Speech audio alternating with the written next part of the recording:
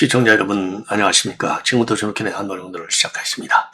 자, 여러분들 서울 뉴스 이제 많이 보시기 때문에 다 아시겠는데요. 지금 부동산 세제를 가지고 지금 이번 개편안을 가지고 지금 민심이 폭발하고 있어요. 자, 민심이 폭발하니까 결국 이재명이가 백기를 들었습니다.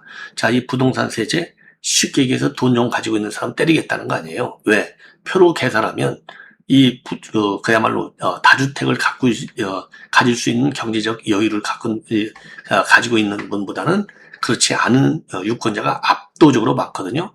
그러니까 이제 돈 있는 사람들, 쉽게 얘기해서 돈 있는 사람들을 때려서 세금을 좀 뜯어내겠다 이거거든요. 자, 그런데 이제 이게 의도한 대로 딱 그렇게만 되는 게 아니라 여러 가지로 사회적인 문제가 커지는 거예요. 그러다 보니까 결국 바로 백기를 들었어요. 자, 부동산 세제 개편 작업에 본격적으로 착수를 했습니다. 자, 그래서 어떤 문제가 있고 어떻게 지금 바뀌게 될 것인지, 지금 여러 언론에서 지금 많이 다루고 있어요. 그래서 이거를 좀 쉽게 제가 여러분께 풀어드리도록 하겠습니다. 자, 그 다음에 또 하나는요, 지금 그러다 보니까 요거 부동산 세제, 요거를 일가구 비거주자를 대상으로 뜯어내봐야 1조밖에 더 뜯어내느냐. 이걸 가지고 왜 생명을 거느냐, 이거 잘못됐다라고 송영길마저도 지금 이재명에게 직격탄을 날리고 있어요. 자, 그리고 이제 또 하나는요, 여러분들 잘 아시다시피 부정선거를 폭로하는 이 SNS 계정이 하나 있는데, 미국에서 SCIF라고 하잖아요.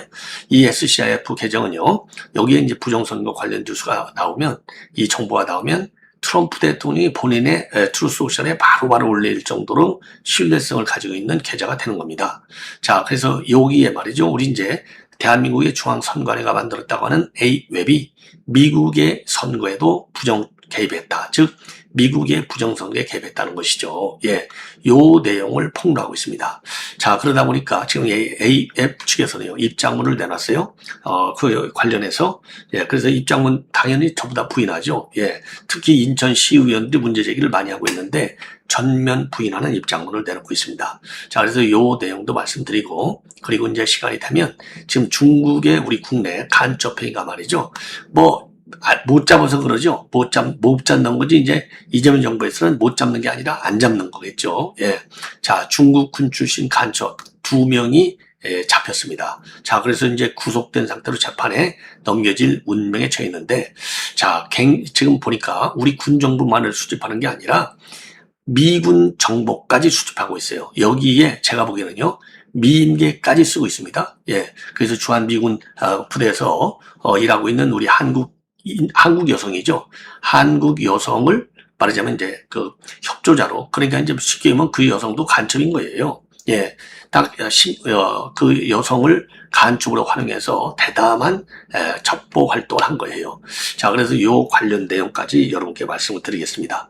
자, 그러면 말이죠. 맨 먼저 지금 부동산 문제와 관련된 요 내용 굉장히 참 심각한 내용이라고 보지 않을 수 없는데, 자, 그래서 요 내용을 여러분께 자세하게 좀 설명을 드리겠는데요.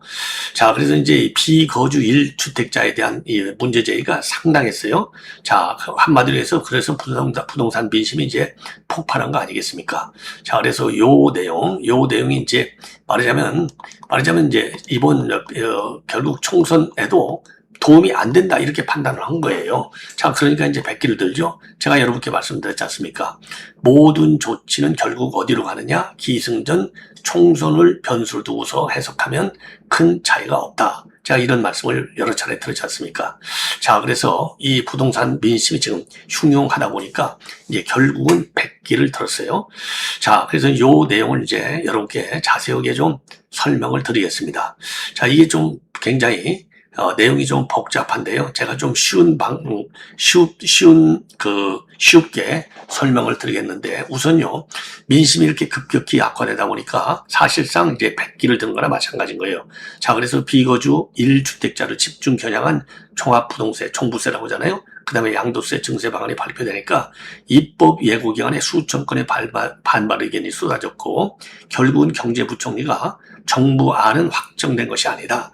리바이즈가 가능하다. 자, 리바이즈가 가능하다는 그러니까 수정이 가능한 거야. 이렇게 이제 불을 끄는데 급했죠. 자, 그래서 처음부터요, 충분한 사회적 논의와 현실 검증 없이 투기업체 부동산 세제 강화라고 하는 정치적인 목표가 우선적으로 하다 보니까 이런 이제 잘못된 정책을 내는 거예요. 아주 전형적인 탁상 공론의 한 전형을 보여주고 있어요.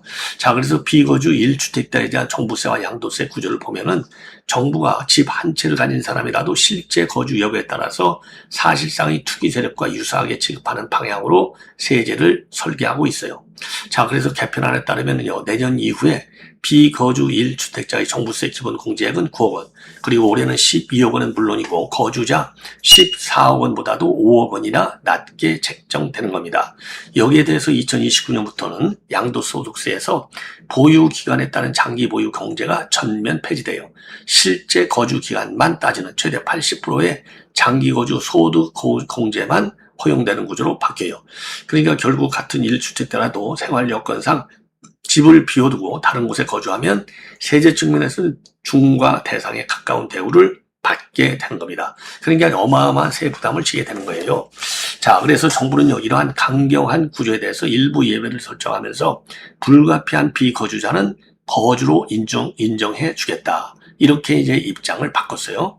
예컨대 자녀의 고등학교나 대학교 취학, 그리고 학교 폭력으로 인한 전학, 그리고 직장 변경이나 전근 또는 1년 이상의 치료나 요양이 필요한 질병, 해외 취학 또는 전근, 60세 이상의 부모와 동거 봉양을 위해서 다른 지역에 거주하는 경우 등등이 대표적 사례로 제시되었습니다. 하지만은요, 이 목록을 세밀하게 들여다보면은 현실의 다양한 가족, 육아, 돌봄 상황을 상당 부분 배제하고 있어요, 아직도. 그래서 행정편의적 기준에 가까운 틀을 설정했다는 비판이 나올 수밖에 없는 상황이 되는 겁니다. 그리고 특히요, 논란이 큰 부분은 초등학생과 중학생 자녀의 취업과 학교 폭력 외의 사유로 인한 전학, 그리고 손주 돌봄을 위해서 조부모나 외조부모가 자녀 집으로 이사하는 상황 등이 예외 사유에서 제외된 점이 논란을 많이 하게 하고 있어요. 특히 이제 우리 한국 사회에서 맞벌이 부부와 조부모 돌봄은 이미 일상화된 양육 방식이고 교육 문제로 자녀 학교를 옮기는 사례 역시 폭력 피해만 한정되기가 어렵다는 겁니다. 그럼에도 정부는요, 이를 갖다가 투기와 직접적인 관련이 없더라도 불가피한 비거주로 인정하지 않겠다는 입장을 기본값으로 제시하고 있어요. 이것은요, 부동산 투기와 거주 이동을 지나치게 단선적인 시각으로 연결시킨 정책 설계다라고 하는 지적을 피하기가 어렵게 된 것입니다. 더 심각한 구조적 문제는 뭐냐? 보유주택 소재지 밖의 시군으로의 이동이라고 하는 요건을 불가피한 비거주 인정의 핵심 조건으로 삼았다는 점이 문제가 되고 있어요. 자, 그래서 정부안에 따르면은요, 불가피한 사유가 존재하더라도 같은 시군 안에서 전세를 얻거나 이사를 하는 경우에는 그 기간을 거주로 인정하지 않아요.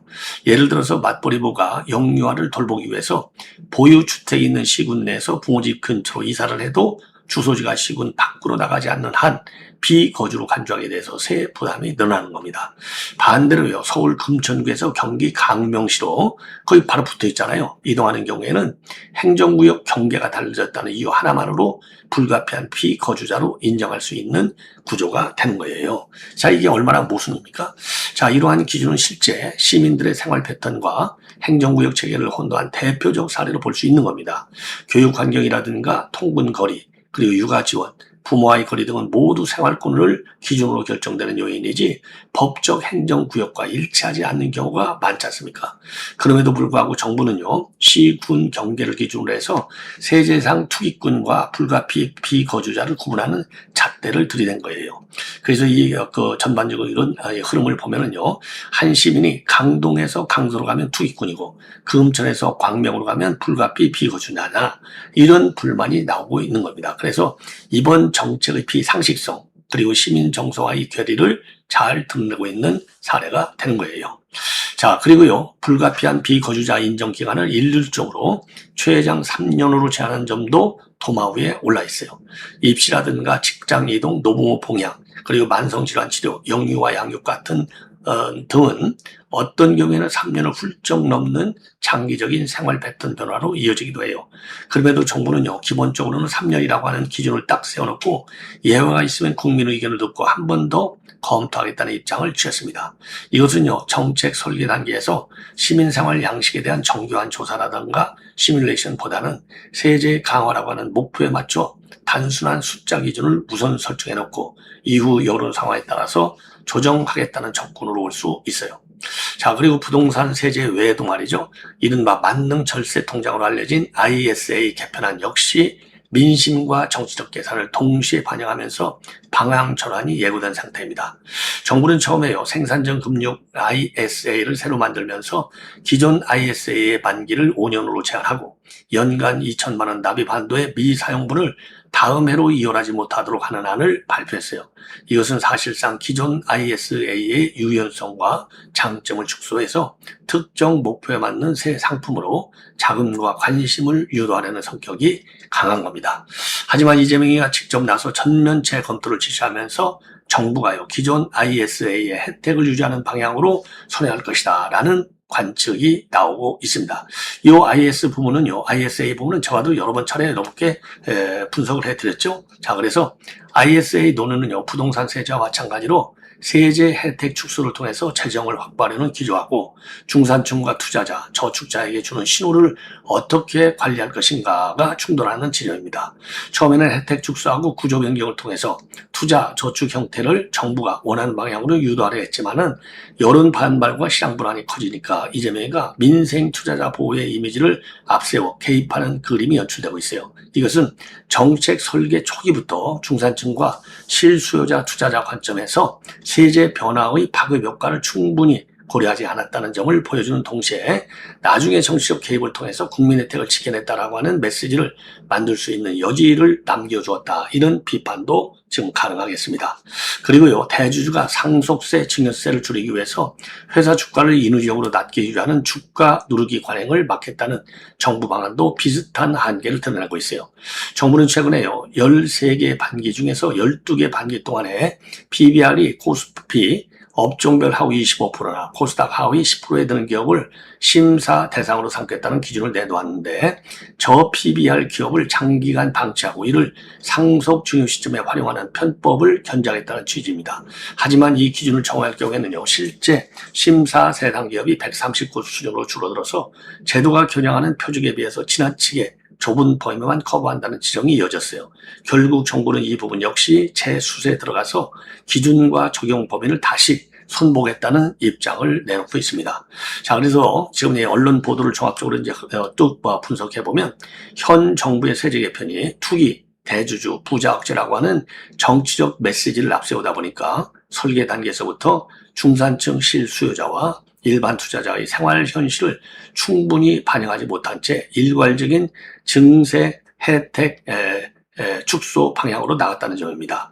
그래서 입법 예고 기간 동안에 민심이 격렬하게 반발하니까 경제부총리와 이재명이가 각각 리바이즈가 가능하다, 전면체 검토하겠다 이런 표현을 하면서 후퇴하고 있다 이겁니다. 하지만 이런 방식의 정책 운영은 세법과 금융대조의 예측 가능성을 떨어뜨리고 국민이 장기적인 주거와 투자, 상속 계획을 세우기 어렵게 만드는 요인으로 작용할 수 있어서 국민들의 분노가 더 커지는 거예요.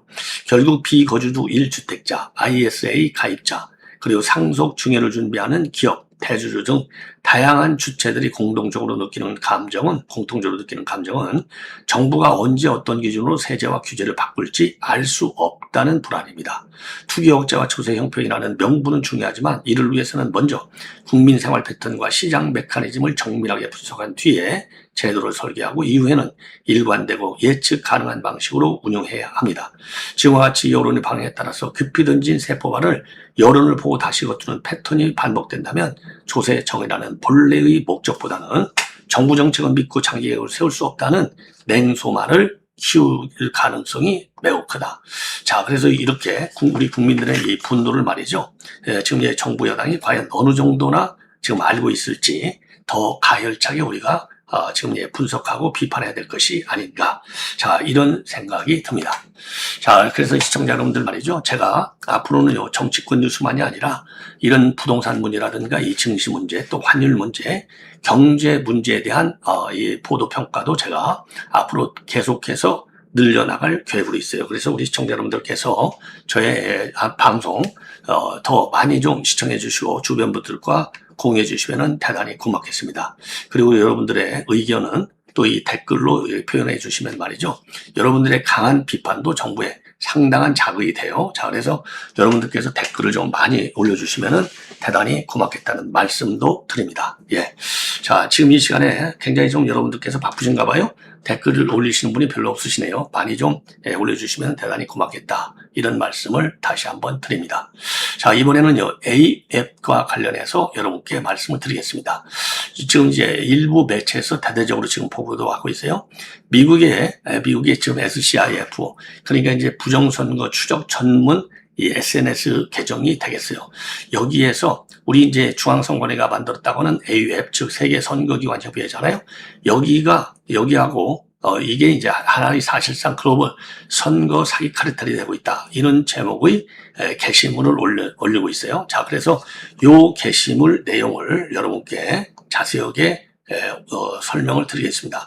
자, 요렇게 지금 올리고 있는 겁니다. 쉽게 얘기하면요. 자, 그래서 요렇게 해가지고 말이죠. The AUF and the Global Election Fraud Cartel.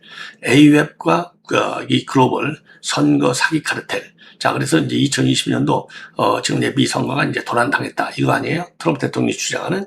자, 이런 내용의 지금, 개정 구자 내용이 되는 거예요. 자, 그래서 요 내용을 여러분께 말씀을 드리겠는데, 자, 이걸 보면은요, 지금 도난당한 2020년 선거는 한정된 사건이 아니었다. 그것은 미국 선거를 훔치는 데 그치지 않고 전 세계적으로 선거를 훔쳐서 공산주의 지도자들을 삽입하려는 더 큰 계획의 일부인 글로벌 작전의 하나였다. 그리고요, AUF은요, 자금을 모으고 통제하며 납세자의 돈을 필요한 곳에 분배한다는 말과 함께 선거 사기를 통해서 모든 수준의 정권 교체 작전을 자금 지원하며 한국, 미국, 유럽, 그 다음에 USAID, 미 국제개발처와 강한 연결고리를 가지고 있다. 이렇게 폭로하고 있어요.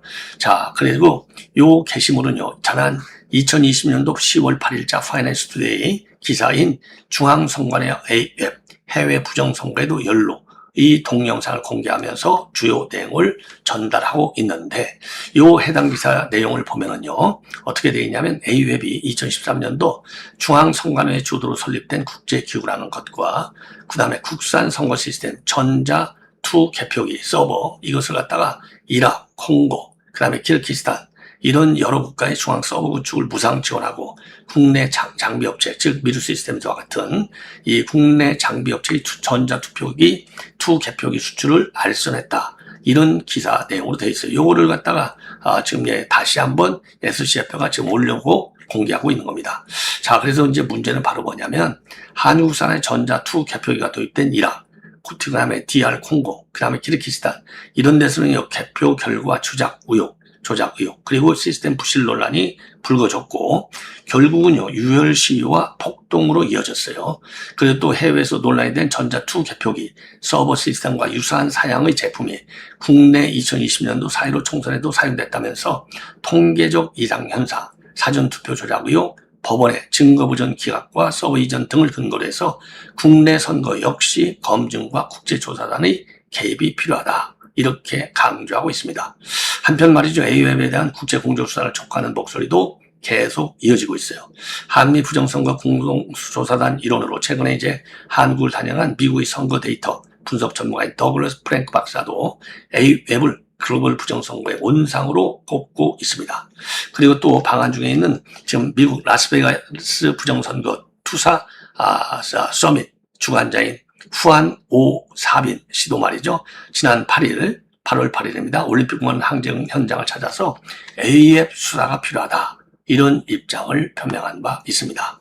자, 그래서 말이죠. 이 AUF는요, 여전히 지금 국제적으로 논란을 지금 계속해서 야기하고 있다. 자, 이렇게 우리가 볼 수 있는 대목이 되겠습니다. 자, 이번에는 말이죠. 이번에는 이제 송영길이가 지금 이제 3등을 하고 있죠. 자, 그러니까 송영길은 당연히 정청래를 지금 직격탄을 가하고 있어요. 자, 그런데 지금 KBS 라디오에 출연을 해가지고 말이죠. 지금 뭐라고 했느냐. 요즘 이제 이재명의 지지율이 푹푹 빠진다. 이게 논란이 되고 있는 거 아니겠습니까? 자, 그래서 이재명 정부가 이제 조기 내임덕에 들어섰다. 이런 외신 보도까지 나오고 있어요. 자, 그래서 KBS 라디오에서 뭐라고 했냐면요. 이번 이제 부동산 세제 그리고 이제 지지율 하락과 관련해서 핵심은 부동산을 잘못 다루기 때문에 발생하는 문제다. 부동산 세금을 손대지 말라는 게 일반 주장이다. 그러면서요, 1인 1가구 1주택, 부동산 종부세, 양도세 해봤자 1조 원, 50조 원의 추가세에서가 나는데 왜 1조에 목숨을 걸려고 하느냐. 자, 이렇게 비판하고요. 왜 장특공제 10억 한도를 만들고 보유한 사람을 빼버리려고 하느냐. 자, 비거주자를 빼버리려고 하느냐. 10억 한도를 만들어가지고. 그러면서 내가 직장에 있어서 서울에 집 놔두고 인천에 가 있을 수 있지 않느냐. 집 팔아서 미국으로 이민 가는 것도 아닌데, 예, 그리고 PF도 풀어줘야 된다. 부동산 공급해봤자 LTV, DTI 같은 대출 지원을 안 해주면 실수요자가 어떻게 집을 사느냐. 이렇게 직격탄을 날리고 있어요. 예. 자, 그리고 이제 당연히요. 지금 정청래 후보를 비판하고 있죠. 예. 정청래 후보를 비판하고 있어요. 국정과제 1호를 몰랐다는 점을 가지고서 또 강하게 비판하고 있고, 그리고 이제 정청래가 말이죠. 내란 종식 이렇게 얘기하는데, 내란 종식은 조국당 1호 공약이다. 그러면서 정청래 후보는 정신적으로 조국당 당대표등 아니냐. 자, 이런 지금 비판을 하고 다니고 있어요. 예. 자, 그래서 이건 기본이 정청래 비판이지만은 지금 이 부동산 세제 개편과 관련해서 이 송영길이는 이재명을 지금 만들어낸 장본인 제 1등 공신 중에 한 명 아니에요? 그런데 이제 오직 급하면 지금 이재명이를 때리는 이런 발언을 서슴지 않고 하느냐. 요거를 제가 지적을 하는 겁니다. 자, 그 다음에 마지막으로는요, 지금 여러분들, 예. 제가 모두에 말씀드렸지 중국 간첩 2명을 체포해서 구속영장을 청구를 했습니다. 자, 뭐냐면은요, 지금 이제 둘 다 공통점은요, 남성이고요. 그 다음에 중국 인민군 출신이에요. 자, 그런데 이제 공산당 소속인지 아닌지까지는 아직 보도가 나오지 않고 있지만은 이건 중국 공산당 소속이냐 아니냐는 따질 필요 없이 이거는 무조건 중국 정보원이 심어놓은 간첩이다. 이렇게 보면 될 것 같아요. 자, 그래서 2명인데요. 한 명은 말이죠. 지금 이제 이 캠프 험프리스, 한 명은 여러분들 전북 군산 미군 기지를 대상으로 해서, 지금 이 도청을 한 거예요. 막말리스 도청. 그러니까 얼마나 이게 중요합니까? 군산, 지금 미군 기지가 굉장히 전략적으로 중요한 데예요. 자, 그래서 언제 그랬느냐면 지난 4월 달에 말이죠. 4월 달에, 군산 공항 인근 호텔에서, 투숙하면서 이 단방향 수신기인 SDR 수신기하고 안테나, 노트북, 이런 수신 장치를 설치한 상태에서, 지금 공항이니까 관제탑하고 전투기 조종사들하고 교신하는 내용이 있지 않습니까? 그 전투기하고 관제탑 간의 교신 내용을 도청한 혐의를 받고 있습니다. 야, 지금 그러니까 말이죠. 굉장히 중요한 그런 도청까지 가지고 있다. 이건 전문적으로 교육까지 받고 나온 간첩이 아니냐 이렇게 판단을 해요. 그래서 지난 7월 7일 날 경찰에 체포가 됐습니다. 그런데 경찰에서는요, 요 체포 직전부터 첩보를 입수해서 요 A씨에 대해서 계속 수사를 해왔어요. 자, 해오다가 결국은 체포를 하게 된 것이고, 경찰 조사에서 뭐라고 얘기하고 있냐면 본인은요, 항공기 교신 내역을 듣는 게 취미라고 그랬어요. 야, 웃기는 인간이죠. 자, 그리고 이제 이 사람은요, 인민군에서 오랫동안 근무하다가 퇴직한 전직 군인이라고 합니다. 자, 그리고 이제 또 한 명은요, 주한미군을 포섭해서 훈련 계획이라든가 인사 관련 동향을 지금 빼돌린 조선족도 검거를 했습니다. 자, 이 사람은 남성이에요, 남성. 자, 그래서 일반이적 군사기밀 보호법 위반 혐의로 중국 국적의 40대 남성 B씨인데, 요 B씨는요, 2021년도 11월부터 지난 5월까지 오래됐어요. 그러니까 이제 한 5년간에 걸쳐서 주한미군 기지인 평택의 험프리스 기지 있지 않습니까? 여기에서 근무하는 한국인 여성 C씨를 보섭해서 군사훈련 자료를 빼돌렸습니다. 자, 그래서 이 사람은 말이죠, 완전히 위장 사업처까지 가지고 있어요. 자, 그래서 이 험프리스 기지 정문 근처에서 미 군용품을 판매하는 군장점을 운영하면서 이제 이 간첩 행위를 계속해 왔습니다. 자, 그래서 이 한국인 여성 C씨를 통해서요, 연합 군사훈련인 을지 자유방패훈련 관련 자료를 비롯해서 인사 자료를 빼돌렸어요. 자, 그리고 이제 G부의 근무부서나 또 취임식 사진 등을 수집했다고 합니다. 자, 그리고 무기 이동 상황도 직접 촬영까지 했다고 해요. 그리고 주한미군의 군복과 물품을 중고 거래하기도 했고, 예. 자, 그리고 요 B씨도 마찬가지로 인민해방군에 속해 있다가 전역했다는 겁니다.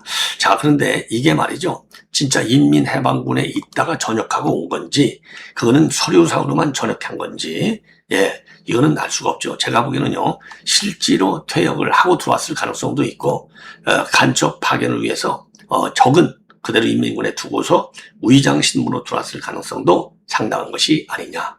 그런 점에서 대한민국의 방첩망이 느슨해진 것이 아니냐. 그래서 국가정보원, 경찰 이런 데서는요, 보다 강한 방첩 활동, 특히 중국인을 대상으로 방첩 활동이 강화돼야 되는 것이 아닌가. 이렇게 판단이 됩니다. 예. 자, 이렇게 해서 본 방송을 마치겠습니다. 시청자 여러분들, 다시 한번 많은 시청, 그리고 또 앞으로도 댓글 많이 좀, 댓글을 통해서 여러분들의 강한 비판 의견을 제기해 주시면 대단히 고맙겠습니다. 감사합니다.